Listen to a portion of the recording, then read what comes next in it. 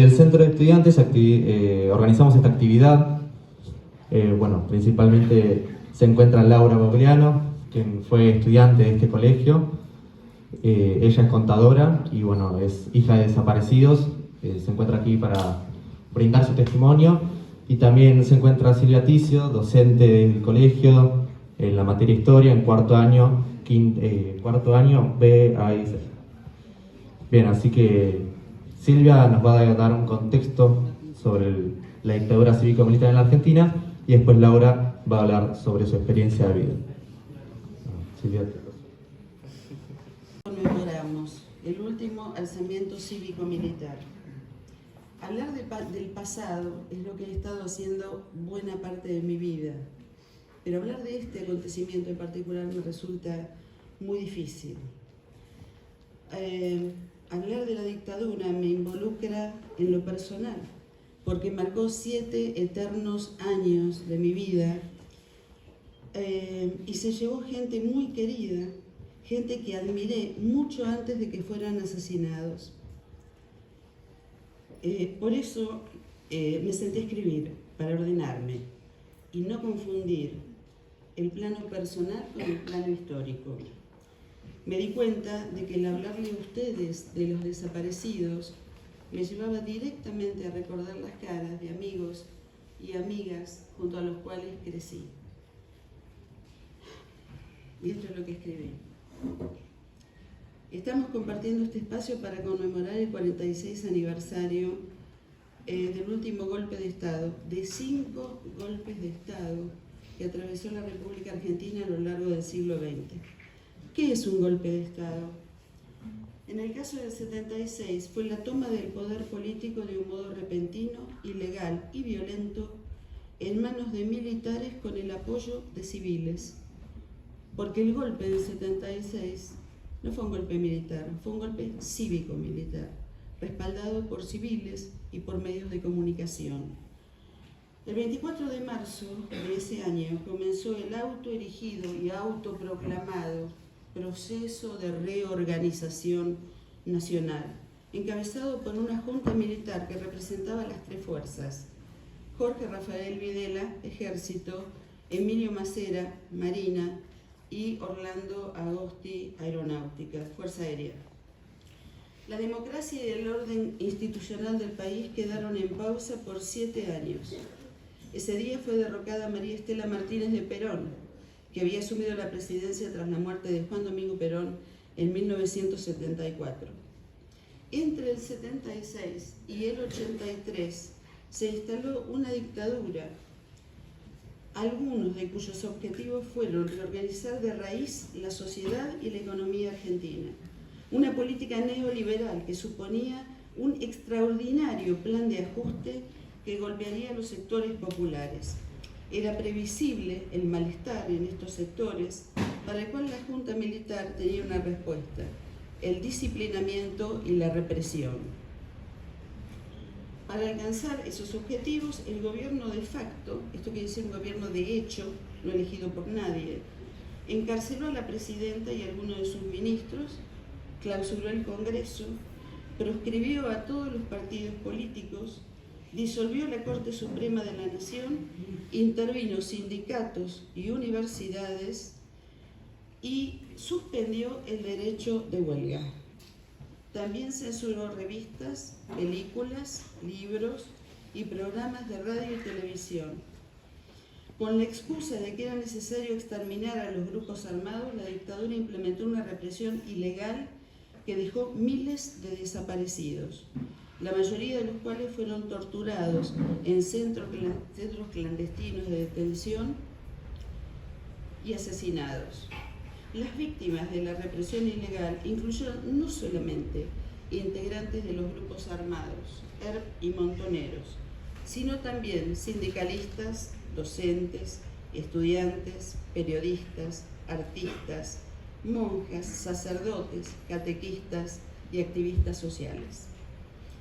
Pero vamos a describir lo que pasó en este país en un marco mucho más amplio, en el marco del denominado Plan Cóndor, también conocido como Operación Cóndor, que fue una campaña de represión política y terrorismo de Estado respaldada por los Estados Unidos, que incluía operaciones de inteligencia y el asesinato de opositores. Todos ustedes pueden googlear qué fue el Plan Cóndor. Los países de América del Sur se convirtieron en dictaduras como caen las fichas de un dominó. Paraguay, con Alfredo Stroessner en 1954. Brasil, con Humberto de Alencar Castelo Branco en 1964 también. Bolivia, con Hugo Banzer en 1971. Uruguay, con Juan María Bordaberry en 1973, igual que Chile en el mismo año con Pinochet. Y finalmente la Argentina, con Videla en el 76. Todos ellos encabezaron dictaduras de extrema derecha que violaron sistemáticamente los derechos humanos de sus ciudadanos. Esta ciudad, la ciudad de La Plata, fue la segunda ciudad más impactada con el tema de la represión y la desaparición de personas. La primera fue Capital Federal. Hoy nos acompaña Laura Bogliano, cuyo testimonio da cuenta de una historia de vida, una más entre miles de testimonios que sumieron al país en una larguísima noche en la que millones de argentinos, de una manera o de otra, fuimos despojados de todos los derechos que hoy nos garantiza la democracia. Los dejo con Laura.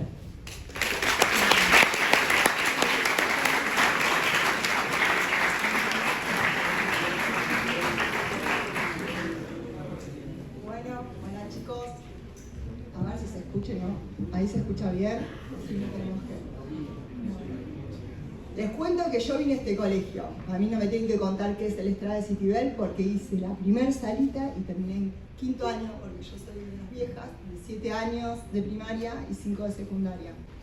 Nada, es muy difícil estar acá para mí, primero porque es un colegio que me dio mucho, pero también fue muy duro estar en el colegio. Y enfrentarme de nuevo como a la nueva generación, ustedes tienen la edad que tienen mis hijos, me pone bastante nerviosa. Pero bueno, acepté este desafío porque para mí es importante transmitir qué fue lo que pasó desde mi experiencia personal, porque para que no se entienda como un 25 de mayo, como algo histórico que no tiene consecuencias. Y yo soy una de las víctimas directas de esa dictadura, si bien toda esta sociedad fue víctima de la dictadura porque tuvo muchas consecuencias. Yo tenía 3 años cuando entraron, yo vivía con mis papás y mi hermana en Villa Elisa, y tenía 3 años y mi hermana ese día cumplía 2 años. Todas estas historias son trágicas porque están siempre mezcladas con cosas que si lo haces una película no te la crees. Pero estaban organizando el cumpleaños de mi hermana y llega una patota. Una patota significa que llega un camión del ejército a una casa de Villa Elisa, todo muy tranquilo, arbolitos verdes, y cae un camión del ejército con muchos soldados, muchos uniformados, y entran con la violencia a la casa. Estaba mi mamá haciendo empanadas y mi papá todavía no había llegado de Buenos Aires, que trabajaba en IBM. Así que estuvieron esperando 3 horas que llegara mi papá, y ahí yo no tengo ningún recuerdo. Yo tenía 3 años y debe ser un mecanismo de defensa que no tengo ningún recuerdo de todo lo que pasó en ese momento. Sí, a los 2 días yo digo, a mi papá lo mataron en la cabeza, y fue lo único que pudimos construir familiarmente a partir de un relato de una niña. Mi hermana de 2 no decía nada. Y no supimos más nada. Por suerte, dentro de lo trágico, a nosotras, a mi hermana, a mi mamá y a mí nos subieron a un auto de policía y nos llevaron a la casa de mi abuela que vivía en Citibel, acá en 13, entre 4 y 5. Tengo las direcciones viejas porque soy vieja.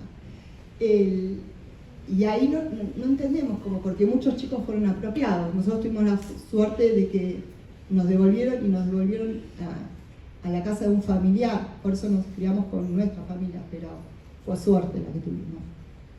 No pudimos entender por qué. Y bueno, ahí empecé la Estrada de Citibel, que antes no había salita amarilla, había verde y azul. hice toda mi primaria y secundaria acá. Y dentro de las cosas que pasaban y que me llamaban la atención y que mucho tiempo después pude descubrir, una de ellas es que no vimos la historia del peronismo, nosotros ya estando en democracia. Yo soy contadora, estudié en la Universidad Nacional de La Plata y tengo una maestría en Economía Política. Recién pude estudiar el peronismo en mi maestría de Economía Política. No sabía que era el peronismo, hablaban y era como que estaba vedado. De hecho, fue muy difícil salir del silencio, de todo tipo de silencio, del silencio político, histórico y personal. A mí cuando desaparecen mis papás, no me dicen, ah, sí, desaparecieron tus papás, no sabemos qué va a pasar. No, a mí, como nadie sabía qué iba a pasar, una situación muy angustiante para toda la familia, y lo que a mí, por lo menos en mi experiencia, a mí me dijeron, y a mi hermana, que se habían ido de viaje. Que se habían ido de viaje. Y hubo que esperar ese viaje. Ya lo conté muchas veces, pero siempre como que se volvió. Una de las consignas del gobierno militar era la siguiente: el silencio es salud. Y un ministro del proceso dijo que el problema con los jóvenes era el exceso de pensamiento. El ministro Bardi. Y así como el silencio era salud, saludablemente hacíamos silencio, y yo viví mi infancia pensando que mis papás estaban de viaje, pero algo pasaba, algo no estaba bien. Era un viaje muy largo, nos llamaban, o sea, igual era difícil las comunicaciones, pero no había una carta, no había nada. Y era muy difícil también para mi familia decirnos que se habían muerto, porque no estaban los cuerpos. ¿Cómo nos iban a decir? Y si aparecían, entonces, es lo que dicen todos. ¿Cómo te ibas a decir que estaban muertos y después aparecían? Entonces, cada vez que frenaba un auto en mi casa o había gente diferente o algunos movimientos extraños, y bueno, ese es mi papá, mi mamá, y así estuvimos muchos años esperándonos, muchos. Vino la democracia y seguimos esperando, y los juicios. Digo, bueno, si hay juicios, también hubo una dictadura, mis papás están desaparecidos, que no se sabe qué es eso. Bueno, si hay un juicio, capaz que alguien habla y los encontramos. Y bueno, y no, los juicios hablaron muy pocas personas y no se encontró nada. Recién, bueno, en el año, no sé muy bien los años porque acá ya me pierdo, pero bueno, cuando se inician los juicios a partir de la derogación de las leyes de impunidad, no se podían hacer juicios porque había unas leyes que se llamaban Ley de Obediencia y Punto Final. Con esas leyes que votó el Congreso en democracia, no se podía juzgar a los responsables de la dictadura. Entonces, eso a nosotros como familiares nos impedía poder conocer qué había pasado con nuestros padres o con nuestros familiares. Y los indultos, ¿no? Cuando se derogan esas leyes, para nosotros, las víctimas directas, fue como, no lo podíamos creer, porque nosotros habíamos inventado un recurso, el escrache, como hijos desaparecidos, porque no había justicia. O sea, si uno tiene un problema, hoy va a la justicia, y la justicia tiene unas leyes que lo resuelven. Nosotros íbamos a la justicia y había unas leyes que decían, no se puede resolver. No se puede resolver. Y así inventamos esto que es el scratch, que ahora se usa. Yo estoy bien en discusión con eso porque si hay leyes, si hay justicia, hay que ir a la justicia. Eso surgió en un momento en que no teníamos leyes. Hoy, con las leyes, con la derogación de esas leyes, pudimos hacer los juicios, y a partir de los juicios yo pude saber, en el juicio mismo apareció una testigo que la vio a mi mamá en un centro clandestino de detención llamado La Cacha, y que estaba con mi papá. Para mí era terrible saber eso, si estaban juntos, cómo se los habían llevado separados, si habían... Bueno, pudimos reconstruirlo a partir del juicio. Por eso es tan importante la derogación de esas leyes, la posibilidad de hacer justicia. Lo que significa la palabra justicia, en estas tres palabras, memoria, verdad y justicia, es muy relevante, porque es conocer tu verdad, conocer algo que estás buscando, dónde estaban tus papás, qué pasó. También nos enteramos que los asesinaron a los 40 días de haberlos secuestrado. Y para mí esa noticia fue tremenda. ¿Por qué? Porque hubiese estado mucho mejor, por más que sea dramático, que a los 40 días me hayan dicho, tus papás están muertos, los asesinamos, los acribillamos en el Parque Pereira. Así fue. Y hubiese sido distinta la historia del Dani. Porque yo no los hubiese esperado cada día en la puerta de mi casa. El drama de la desaparición de personas es la imposibilidad de hacer el duelo, de tomar contacto, de realmente comprobar empíricamente que esa persona murió. La figura del desaparecido es lo que genera esto, esperar y tener siempre la ilusión de que esa persona va a volver. En muchos países del mundo, de otras hablas, de otras lenguas, se dice en castellano desaparecido, porque lamentablemente tenemos esa originalidad de haberle dado al mundo la palabra desaparecido.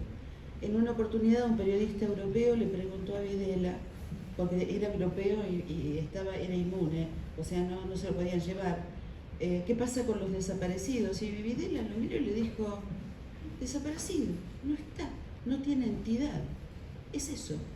Esa fue la respuesta desde el Ejecutivo. Ni vivos ni muertos, desaparecidos, ni vivos ni muertos, esa fue la definición que dieron.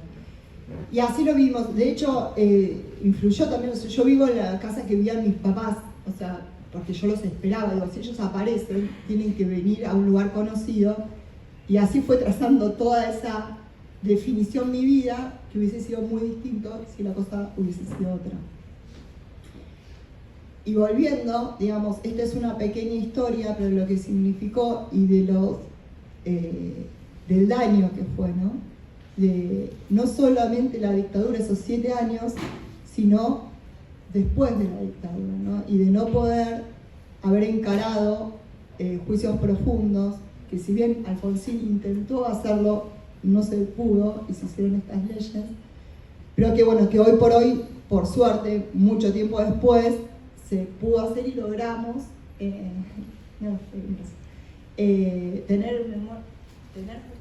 tener justicia y poder reconocer, digamos, cuál fue nuestra historia real en todo esto y llegar a la verdad, que es lo más importante para poder definir nuestra identidad, no solo individual, sino como sociedad, digamos, como grupo social que somos. Y que de esto no podemos olvidarnos, porque olvidarnos significaría negarlos y nos podría volver a pasar. Lo que no podemos hacer es considerar un 25 de mayo. Es un 24 de marzo, lo tenemos que registrar de alguna manera para que esto no nos vuelva a pasar. Cuando vienen con las violencias, no nos puede volver a pasar porque recuperarnos cuesta mucho a toda la sociedad. Yo quería decirles a los chicos que en biblioteca está un libro que en lo personal no puedo leer, se los comenté a quienes fueron mis alumnos, es Nunca Más, encabezado por una comisión de notables presidida por Ernesto Sábato, que recopilaron los testimonios de todos aquellos que alcanzaron a sobrevivir y que dejaron testimonio de lo ocurrido en los centros clandestinos de detención. Está en biblioteca, Nunca Más.